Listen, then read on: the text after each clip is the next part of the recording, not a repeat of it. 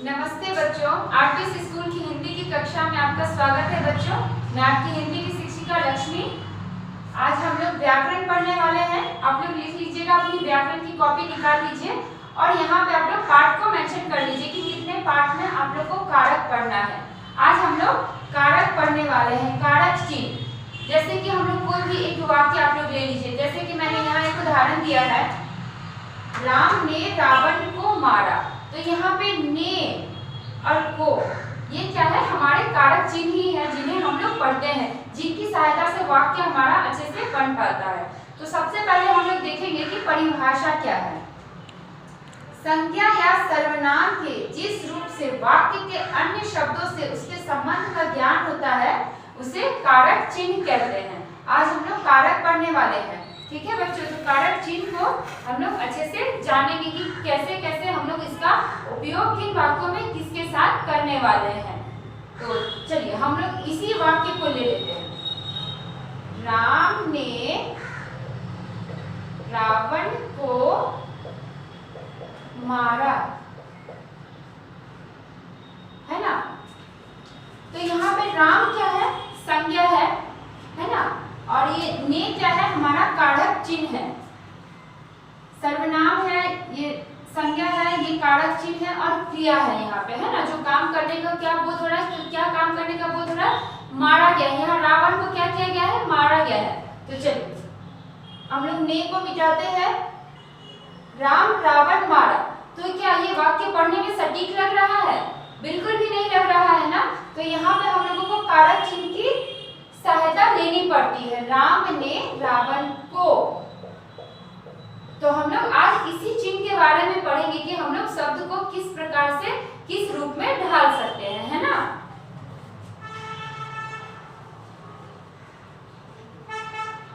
चलिए अभी हम लोग परिभाषा की तरफ आते हैं।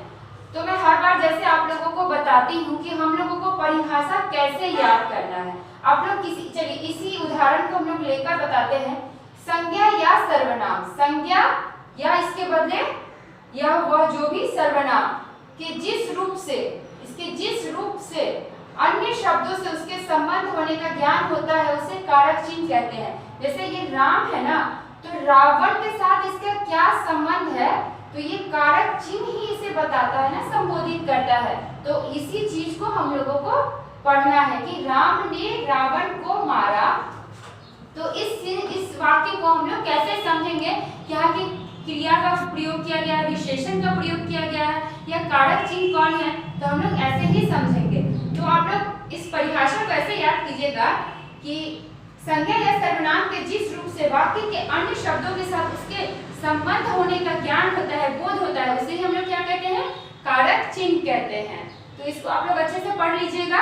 अब हम लोग जानते हैं कि कारक कितने प्रकार के होते हैं। तो कारक हमारे 8 प्रकार के होते हैं। कारक 8 प्रकार के होते हैं। इससे पहले भी आप लोग बच्चों कारक पढ़े होंगे, तो बहुत ही आकर्षक तरीके से पढ़े होंगे। जैसे कि कर्ता ने कर्म को करण से, अपदान के लिए संप्रदान से, संबंध का अधिकरण में संबोधन है, ऐसे आप लोग पढ़े होंगे। तो इस तरह से आप लोग अगर याद करेंगे तो कारक बहुत ही आसान है। 8 नाम आपकी जबान पे ही होगा। ऐसे बहुत कोई जानते होंगे, लेकिन हम लोगों को ऐसे ही इसकी परिभाषा को पढ़ना है। जैसे कि पहला क्या है, कर्ता। कर्ता कौन है, यहाँ पे राम है, कर्ता है।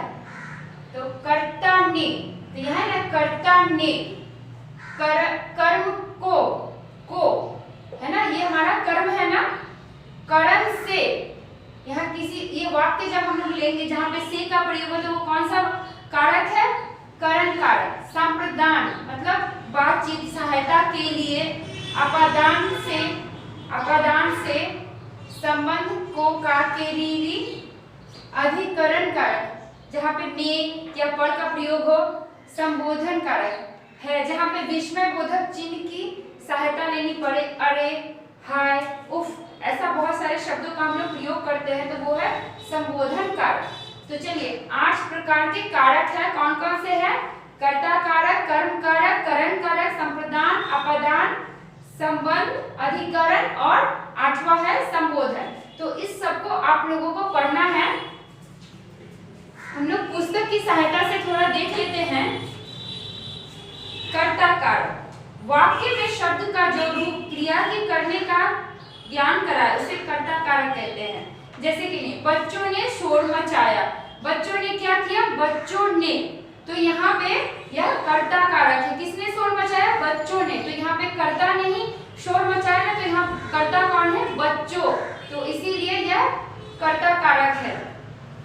और कर्म कारक किसे कहते हैं, वाक्य में जो शब्द क्रिया के कर्म का ज्ञान कराती है। यहाँ पे कर्म का ज्ञान कौन कराती है, रावण है ना। तो मीरा ने बेटे को पत्र लिखा, यहाँ पे जहाँ को का बोध हो, आप लोग शब्दों से ही कारक को बहुत ही आसानी से पहचान सकते हैं। तो मीरा ने बेटे को पत्र लिखा, तो इसे क्या कहते हैं, कर्म कारक कहते हैं। और तीसरा हमारा क्या है, करण कारक, कर्ता जिस साधन के द्वारा, उसे करण कारक कहते हैं। जैसे मैंने यहाँ लिखा है, देखिए आप लोग, के द्वारा, से या के द्वारा, किस जिनके मतलब जिसके ऊपर हम लोग निर्भर थोड़ा हो जाते हैं। जैसे कि रमेश रेलगाड़ी से, किसी की सहायता से वो दिल्ली आया है, वो मीरा से मिलने वाला है ना। तो किसी का मतलब सहारा उसमें बहुत ही जरूरी। तो ऐसे आप लोग शब्द से ही कारक को बहुत अच्छे से पहचान लेंगे। चौथा है हमारा संप्रदान कारक, जिसके लिए क्रिया की जाती है उसका ज्ञान कराने वाले शब्द संप्रदान, मतलब एक दूसरे से अप्रदान संप्रदान करना, मतलब संबंध जहां बनाने की इच्छा हो या ऐसे वाक्य लग रहे हो, प्रतीत हो, तो उसे संप्रदान कारक कहते हैं। जैसे कोक के लिए, जैसे यह भोजन भिखारी के लिए है, भिखारी से क्या हो रहा है, हमारा संबंध बन रहा है, तो यहाँ पे इसे क्या कहते हैं, संप्रदान। मतलब संप्रदान किस तरीके, कुछ लेने देने का, प्रदान करना मतलब किसी को कुछ देना, तो संप्रदान मतलब हमारी सहायता से ही। तो आप लोग इस शब्द की सहायता से इसकी परिभाषा को बहुत अच्छे से समझ जाएंगे। पांचवा है अपादान। अपादान का चिन्ह क्या है, से। संज्ञा या सर्वनाम के जिस रूप के द्वारा एक वस्तु या दूसरे वस्तु से अलग होने का ज्ञान होता है उसे अपादान कारक कहते हैं। जैसे कि वृक्ष से फल गिर रहे हैं, चूहा बिल्ली से डर रहा है, मतलब यहाँ पे किसी तरह अलग होने का बोध हो रहा है। जैसे संप्रदान में क्या है, उसके द्वारा उसकी सहायता से की जा रही है ना, तो यहाँ पे अपादान में उससे थोड़ा अलग है। संबंध कारक, संज्ञा का वह रूप जो वाक्य में एक शब्द का दूसरे शब्द से संबंध कराए। जैसे कि मेघा की बहन चित्रा बना रही है, मतलब मेघा की बहन क्या बना रही है, चित्रा बना रही है, और मेघा का भाई सेब खा रहा है, मतलब किसी की सहायता से कर रहा है। तो यह बहुत ही आसान है, बस आप लोगों को कारक चिन्ह को ध्यान में रखना है। और अधिकरण क्या है, संज्ञा का जो रूप क्रिया के होने का आधार, समय या स्थान बताए। जैसे कि यहाँ पे लिखा है में, पर, जो समय या कारण बताए।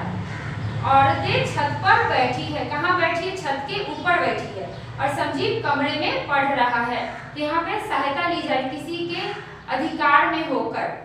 और संबोधन अंतिम है हमारा संबोधन, किसी को संबोधित करने या पुकारने के लिए जिन शब्दों का प्रयोग किया जाता है उसे संबोधन कारक कहते हैं। जैसे हे प्रभु हमारी रक्षा करना, अरे तुम्हें चोट कैसे लग गई, अरे रवि तुम आ भी गए, मतलब किसी तरह यहाँ पे किसी प्रकार का संबोधन भाव जो है हमारे वो दिख रहे, इसमें बोधक टाइप के ही है कुछ। तो ये ज्यादा कठिन नहीं है बच्चों, आप लोगों को बस कारण चिन्ह को दिमाग में रखना है।